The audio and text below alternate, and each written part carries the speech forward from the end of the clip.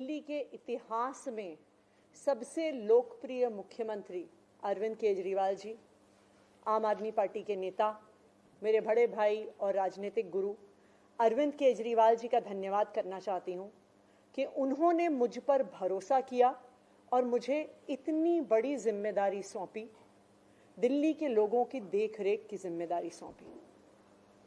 लेकिन आज मैंने मुख्यमंत्री के तौर पे शपथ ग्रहण ज़रूर किया है, लेकिन ये मेरे लिए, हम सब के लिए एक बहुत भावुक क्षण है जब अरविंद केजरीवाल जी दिल्ली के मुख्यमंत्री नहीं हैं।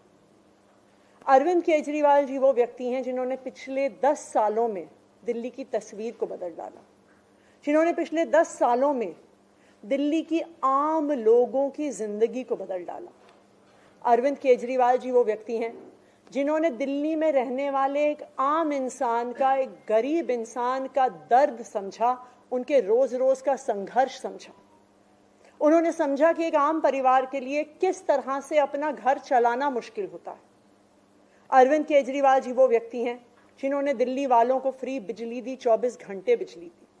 अरविंद केजरीवाल जी वो व्यक्ति हैं जिन्होंने दिल्ली के सरकारी स्कूलों में पढ़ने वाले बच्चों का भविष्य बदल डाला, उनको जिंदगी में एक नया अवसर, आगे बढ़ने का अवसर दिया। अरविंद केजरीवाल जी वो व्यक्ति हैं जिन्होंने दिल्ली की महिलाओं को शिक्षा में, रोजगार में आगे बढ़ने का मौका दिया, फ्री बस यात्रा देके। अरविंद केजरीवाल जी वो व्यक्ति हैं जिनकी वजह से आज दिल्ली के लोगों को अपने परिवार के सदस्य का इलाज करवाने के लिए अपने गहने नहीं गिरवी रखने पड़ते, अपने घर नहीं गिरवी रखने पड़ते, क्योंकि सरकारी अस्पतालों में अच्छा इलाज होता है। तो जब अरविंद केजरीवाल जी दिल्ली के मुख्यमंत्री नहीं रहते तो ये हम सब के लिए एक बहुत मुश्किल और एक भावुक घड़ी। आज क्यों अरविंद केजरीवाल जी दिल्ली के मुख्यमंत्री नहीं हैं? क्योंकि भारतीय जनता पार्टी की केंद्र सरकार ने अरविंद केजरीवाल जी के खिलाफ षड्यंत्र रचा, उन पर झूठे मुकदमे लगाए, उनको इन झूठे फर्जी मुकदमों में गिरफ्तार किया, उनको 6 महीने से ज्यादा जेल में रखा, उनको तोड़ने की, उनको दबाने की हर संभव कोशिश करी।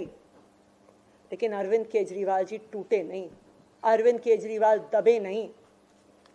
अरविंद केजरीवाल जी को सुप्रीम कोर्ट ने जमानत दी, एक ऐसे कानून में जमानत दी जिसमें पीएमएलए में जमानत मिलना लगभग असंभव होता है, और सुप्रीम कोर्ट ने ना सिर्फ उन्हें बेल दी, बल्कि बेल देते हुए केंद्र सरकार के मुंह पे तमाचा मारा और कहा कि अरविंद केजरीवाल जी की गिरफ्तारी एक दुर्भावना के तहत हुई थी।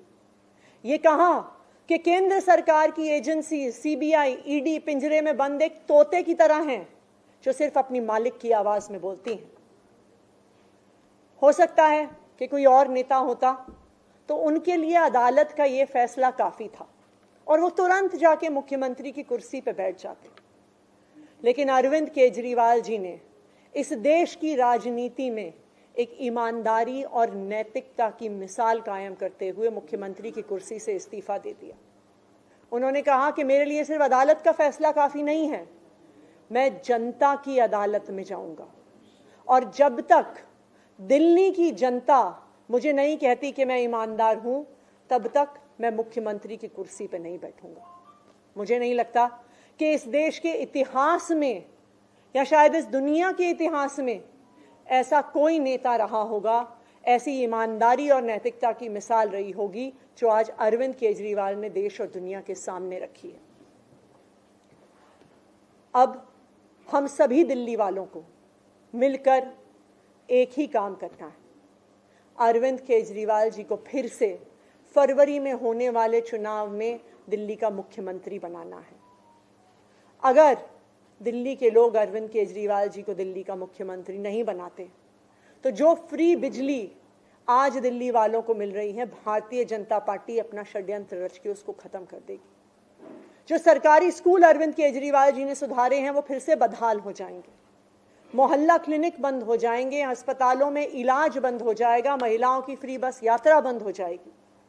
तो 2 करोड़ दिल्ली वालों को मिलकर फिर से अरविंद केजरीवाल जी को दिल्ली का मुख्यमंत्री बनाना है। अगले 4 महीने के लिए मेरा यही काम रहेगा, कि जो दिल्ली वाले परेशान रहे पिछले 1-1.5 साल में, जब से भारतीय जनता पार्टी का षड्यंत्र शुरू हुआ, जब से भारतीय जनता पार्टी ने एक एक करके हमारे नेताओं को जेल में डालना शुरू किया, जब से भारतीय जनता पार्टी ने एक एक करके हमारे मंत्रियों को जेल में डालना शुरू किया, जब से भारतीय जनता पार्टी के एलजी साहब ने दिल्ली सरकार के काम रोकने शुरू किए, आप देखिए पिछले 2 साल में भारतीय जनता पार्टी ने दिल्ली वालों को परेशान करने में कोई कसर नहीं छोड़ी। जब से अरविंद केजरीवाल जी जेल गए, दिल्ली वाले भी परेशान हुए। भारतीय जनता पार्टी ने दिल्ली वालों के पानी के बिल हम ठीक करना चाहते थे, उन्होंने उस काम को रोक दिया। भारतीय जनता पार्टी ने जो सड़क के रिपेयर के काम है वो रोक दिए। भारतीय जनता पार्टी और उनके एलजी साहब ने अस्पताल में मिलने वाली दवाइयां रोक दी, अस्पताल में और मोहल्ला क्लिनिक में टेस्ट रोक दिए, दिल्ली से कूड़ा उठना रुक गया। लेकिन मैं आज आपको आश्वासन दे रही हूं कि अब अरविंद केजरीवाल जी जेल से बाहर आ गए हैं और उनके मार्गदर्शन में दिल्ली में कूड़ा भी उठेगा, सड़कें भी ठीक होंगी, पानी के बिल भी ठीक होंगे, दिल्ली में जो सीवर की समस्या है वो भी ठीक होगी, जो दवाइयां नहीं मिल रही हैं उसको भी हम ठीक करेंगे। मैं दिल्ली वालों को यह आश्वासन देना चाहती हूं कि अब अरविंद केजरीवाल जी जेल से बाहर हैं, भारतीय जनता पार्टी का कोई भी षड्यंत्र हम सफल नहीं होने देंगे।